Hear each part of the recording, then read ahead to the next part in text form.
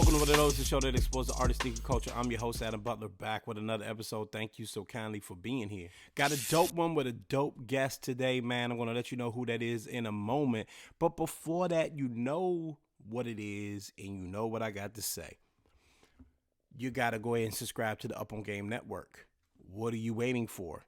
And to those of you that have subscribed to the Up On Game Network, big shout outs to you. We appreciate you. Those numbers are growing, and that's all because of you. But for the ones that haven't, it's all good. Here's your opportunity. Subscribe to the Up On Game Network on YouTube and subscribe to the Up On Game Network on all podcasting platforms. We got content for days, and the network is growing every single day. And to be honest, if you just want to catch up with the What Are Those podcasts, both on YouTube and on podcasts, and that's what you want to do, go ahead and subscribe right now, man. Up On Game Network on YouTube, Up On Game Network on all podcasting platforms.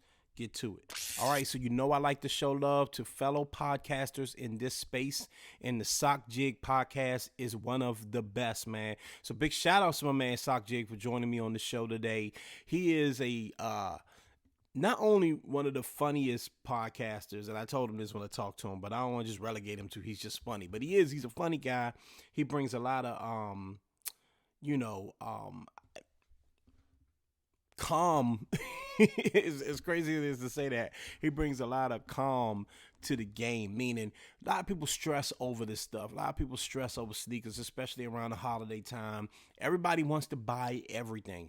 My man Sockjig is the type of guy that will bring some comedy to the situation and honestly bring some truth to the situation to help you understand, you know what, man, at the end of the day, we talking about sneakers, man. So big shout out to him. He's not only one of the smartest people in the game, I think he's also, like I said, one of the coolest people in the game, and I'm happy to have him on. My man does not show his face, okay? So the video will look a little bit different for anybody that's just wondering. You know what I mean? It's all good because he was so good on the show that I had to have him on anyway, man. I appreciate him. For my podcast, this won't even mean anything, but for my YouTubers, you're going to see the B-roll and all that, and you're going to see his beautiful logo because he has a dope logo. All right. Without further ado, my man Sockjig is in the building. I'm happy to have you on. I'm a fan of the show. You have probably one of the funniest sneaker podcasts I listen to. I was actually listening to an episode, just kind of like recapping some stuff, just so I could, get re-familiar with you. The Norm Macdonald hit in the beginning of the pods and stuff. Like it's I appreciate that. I'm saying all this because I appreciate how you take a kind of like light tone and sometimes snarky tone, which I think is necessary too, to a thing that I feel like we take a little too seriously. I mean, 100%. Saturdays in sneaker culture is like, you would think we were talking this past Saturday. We're going to talk about the Lost and Found thing. Yeah.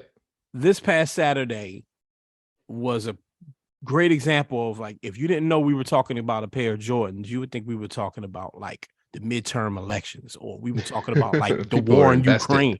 Yeah. Like people are like serious investigations, and I know some people that do that, and I'm not making fun of anybody because like shout outs to Kari, who like has like a lot of information and people need that information, but some people just are like, it's just like overly serious. Tell me about how you started your podcast and why you chose the tone that you take, not only with your pod, but even how you handle sneaker drops on social media. Honestly, I saw a long time ago. I'm an older person too. I'm 44.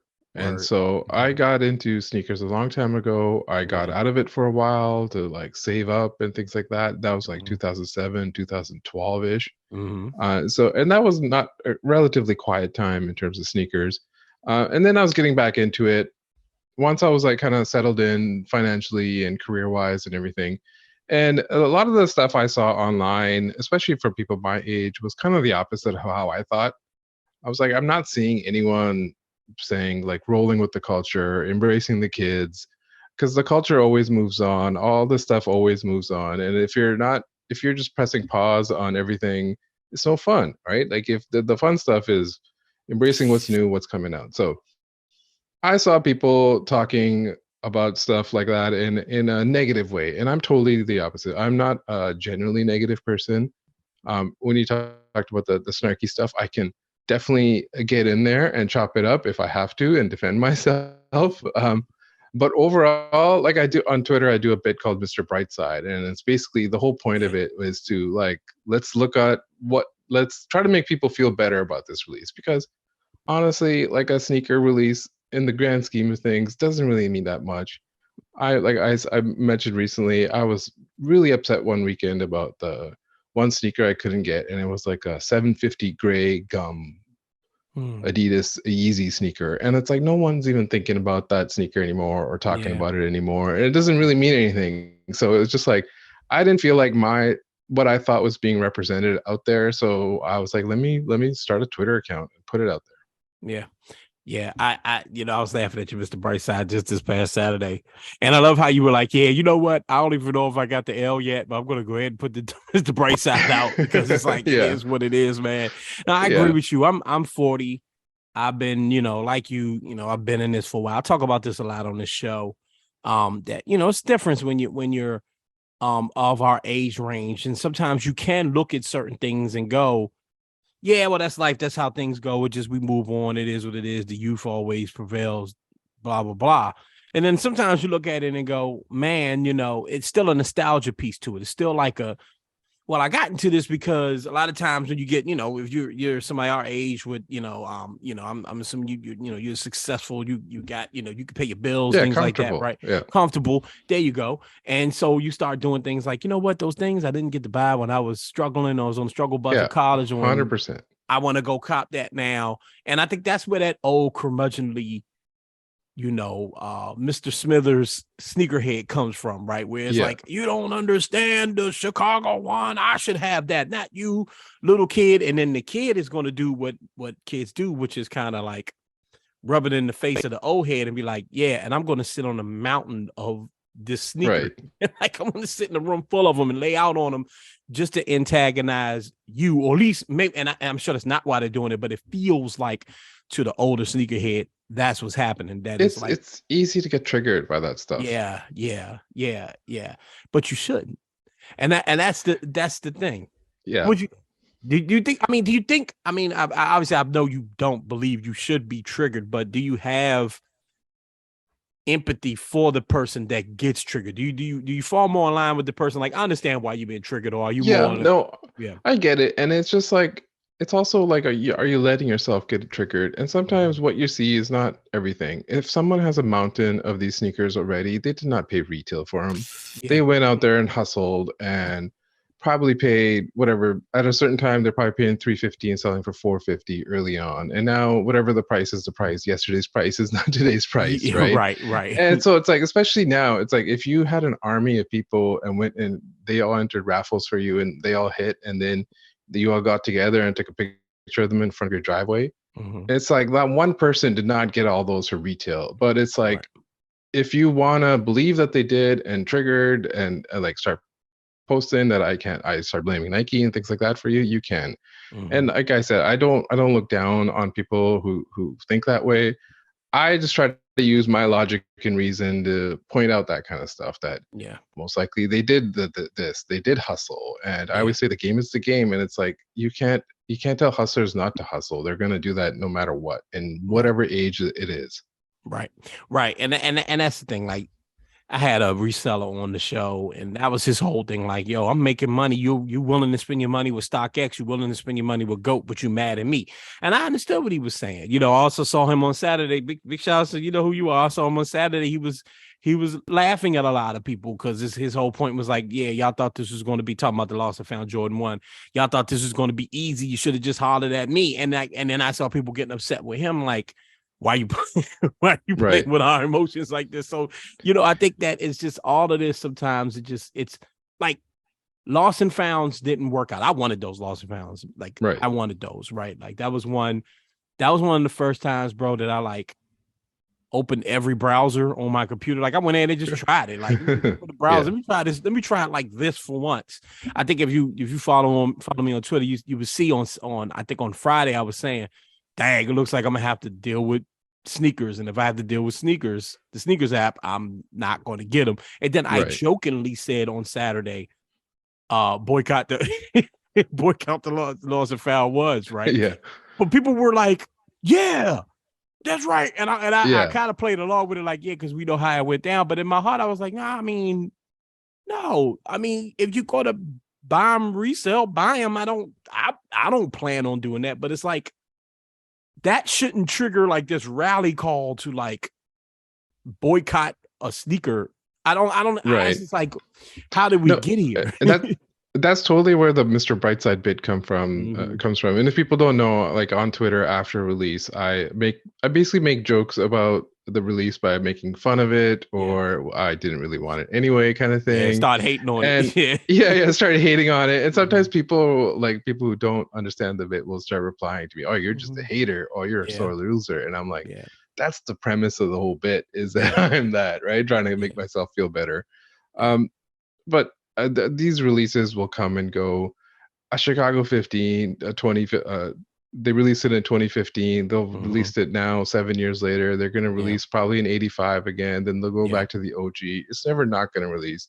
And Yeah. I understand that having that one sneaker that you always want, that you're climbing the mountain to get, and you can't reach it. So like if you look at the long view of it, there's another attempt probably next year or the year after, whenever they do the 85, and Yeah. because they're never not going to release it, or a Mhm. version of it. Yeah. One thing I will say, just to play devil's advocate, however you want to frame it.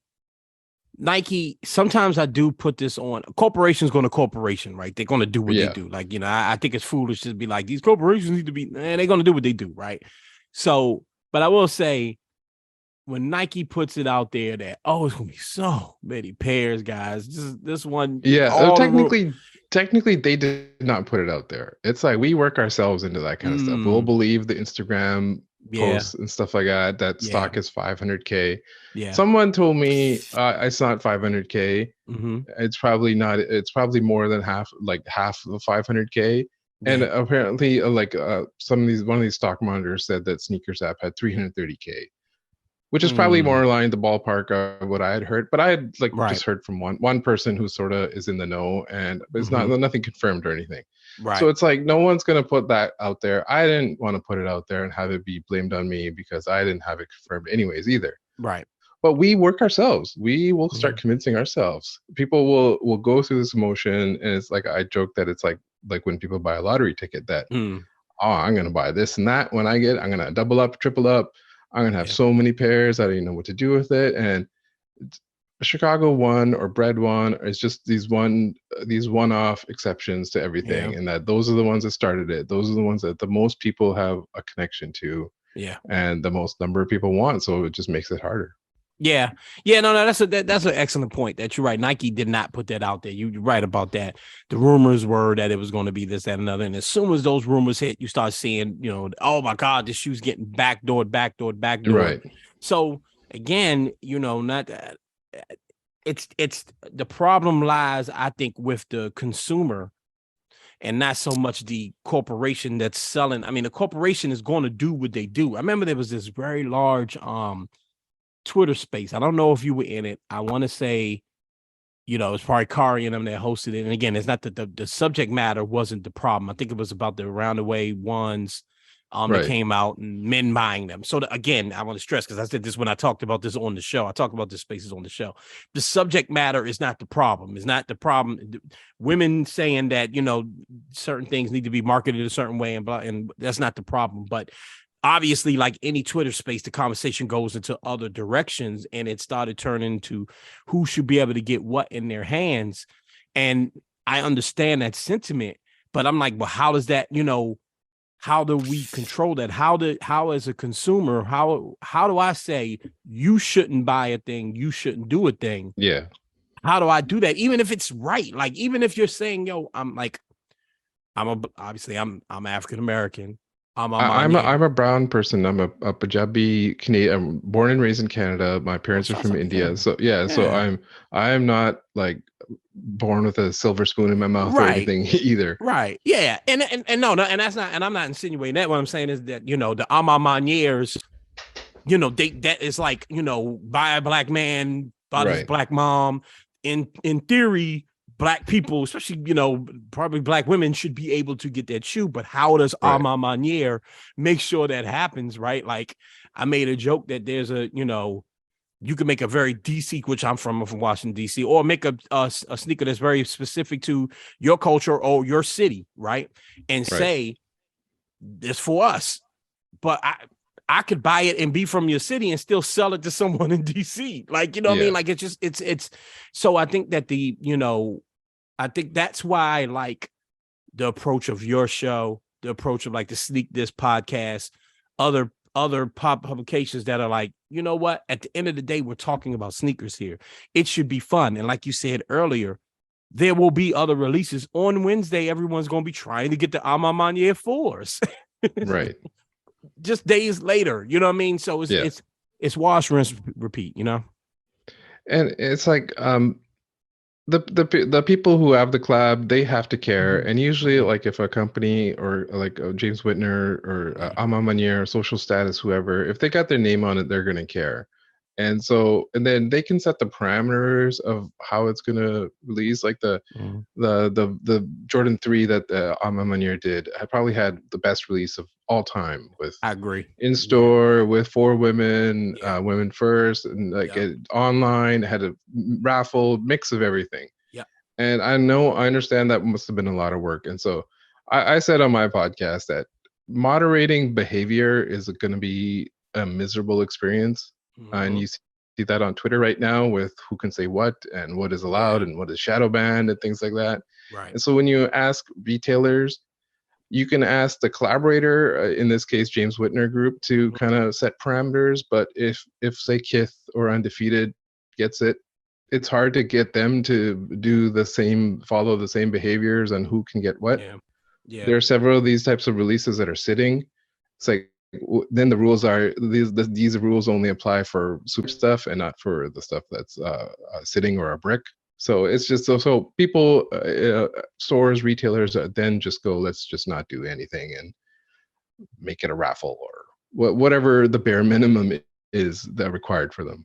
Yeah, I agree with you 100%. And even if you think about like Ama Manier and what they tried to do with the 4 from their store raffle with send the video and this, that, and another, expressing your political beliefs, and people had problems with that. I didn't love it. I'm not gonna lie to you. You know what I mean? It didn't upset me. It didn't make me feel like, oh, I want to boycott the store. I still support the store. I like those guys over there. I think they do great work. I just wouldn't have done that. I just felt like, okay. And a couple of people got called out because it's Twitter and people love to call people out on Twitter. A couple people got called out for being the opposite of what they represented in their video. You know what I mean? So it's like, when it's a difficult thing to do.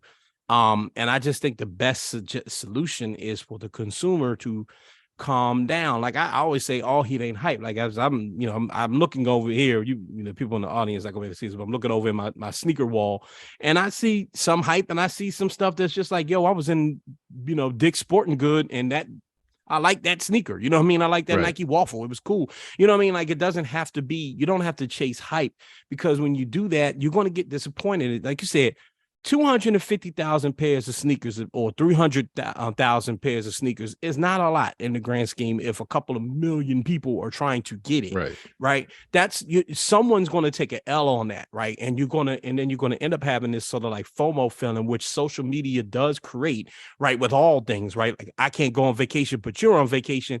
Now I'm hating. Now I want to live like you. I have I don't like my job, but your job seems great. Now I'm hating. On and on and on. The same thing happens with sneakers. Like, oh, I didn't get those Jordan 1s, but he has them. She has them. Now I'm hating on her, and that's just ugly. And like, I just like living life like that. To me, just isn't worth it at all. And one thing, it's like everyone is kind of gets trapped by the most recent release or the most recent hyped release, and overall this year, releases for the most part have been way easier to get than previous years, especially the pandemic years, where everything was going up. Like those taxi ones are one of my favorite Jordan ones of the year. The color blocking was perfect, super easy to get. And that was not the case in the previous 4 or 5 years. So it's like, from a brand perspective, like they made shoes more available. They made it so stock was higher, so you could easily get these taxi ones and things like that. So, I applaud them for that. But at the same time, they know we need to have these other types of releases that are generate the hype. They have Yes. they call marketing demand creation. And Mhm. once in a while you need these airships out there that are only 1,200 pairs or whatever the Ama Manier numbered ones were, Yeah. to kind of balance out the ones where everything is released in hundreds and thousands of stock.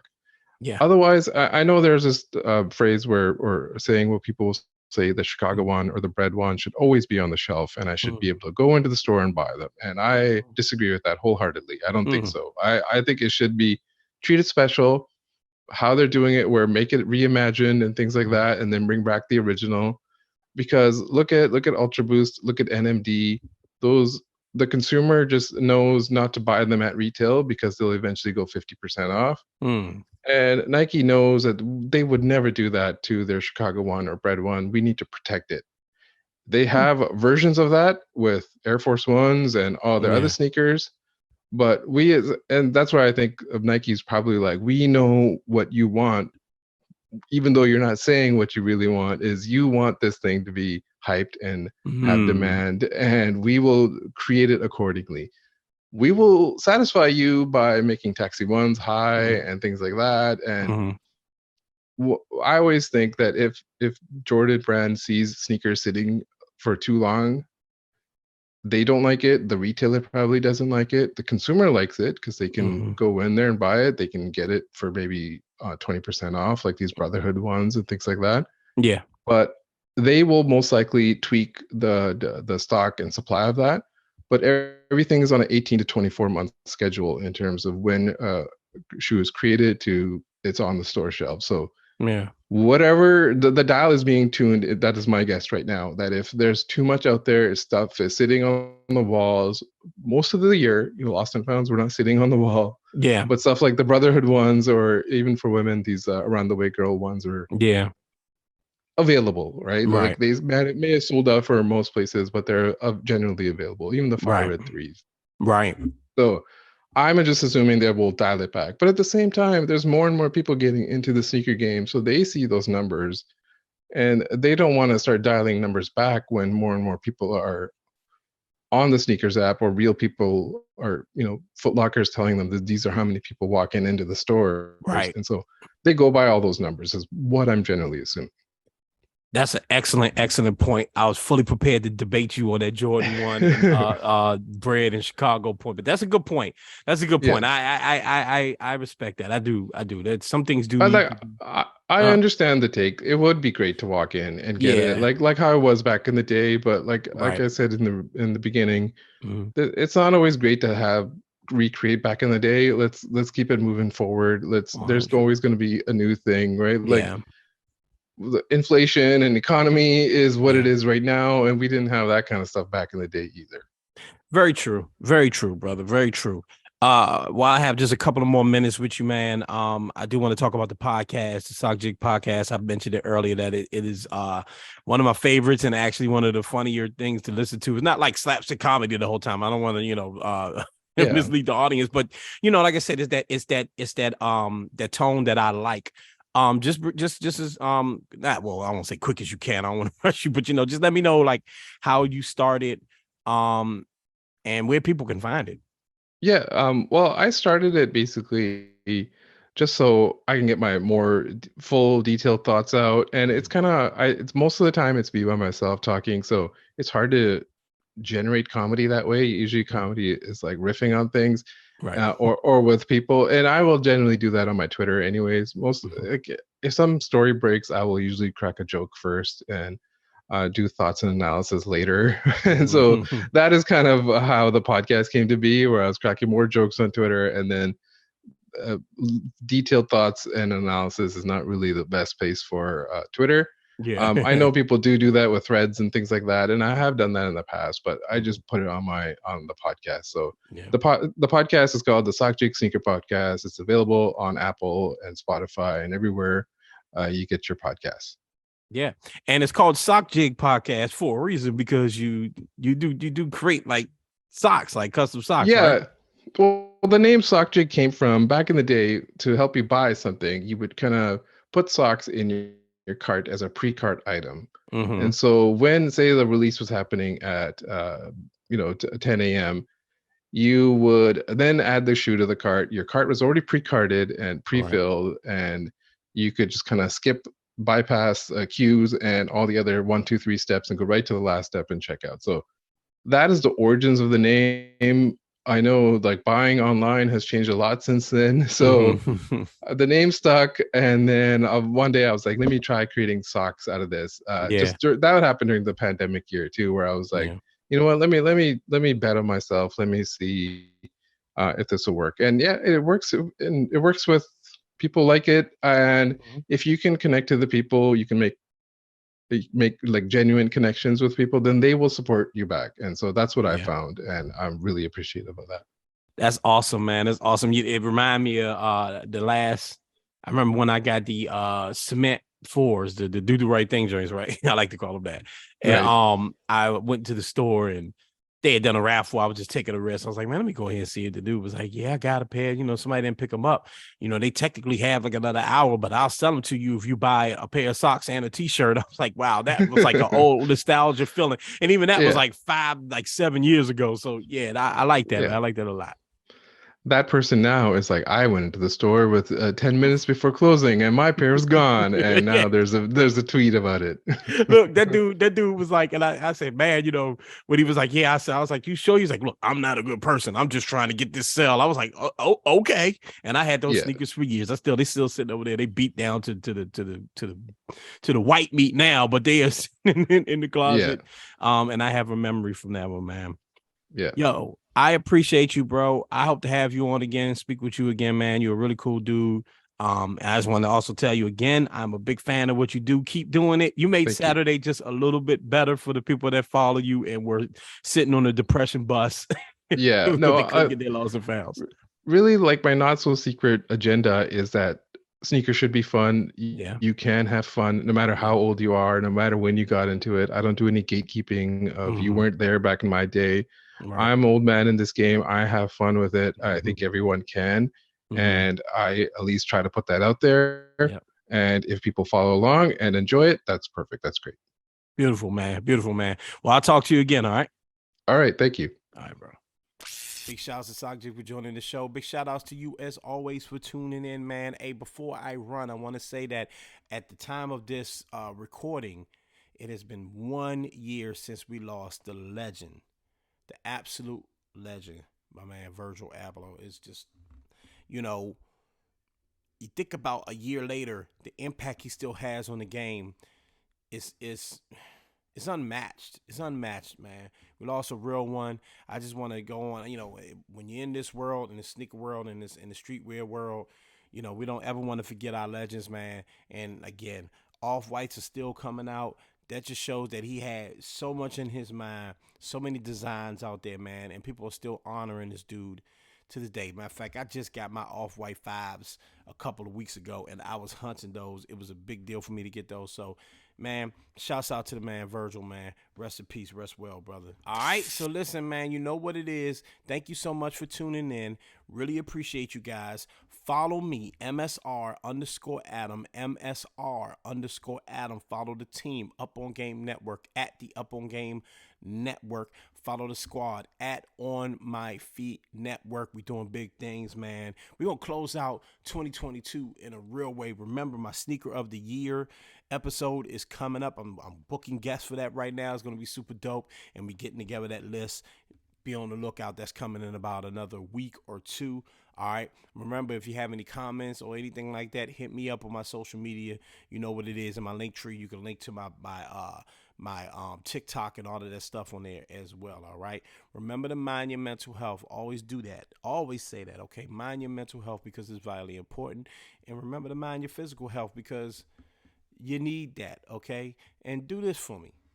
Please never ever forget. Always remember to be great. I'm up out of here.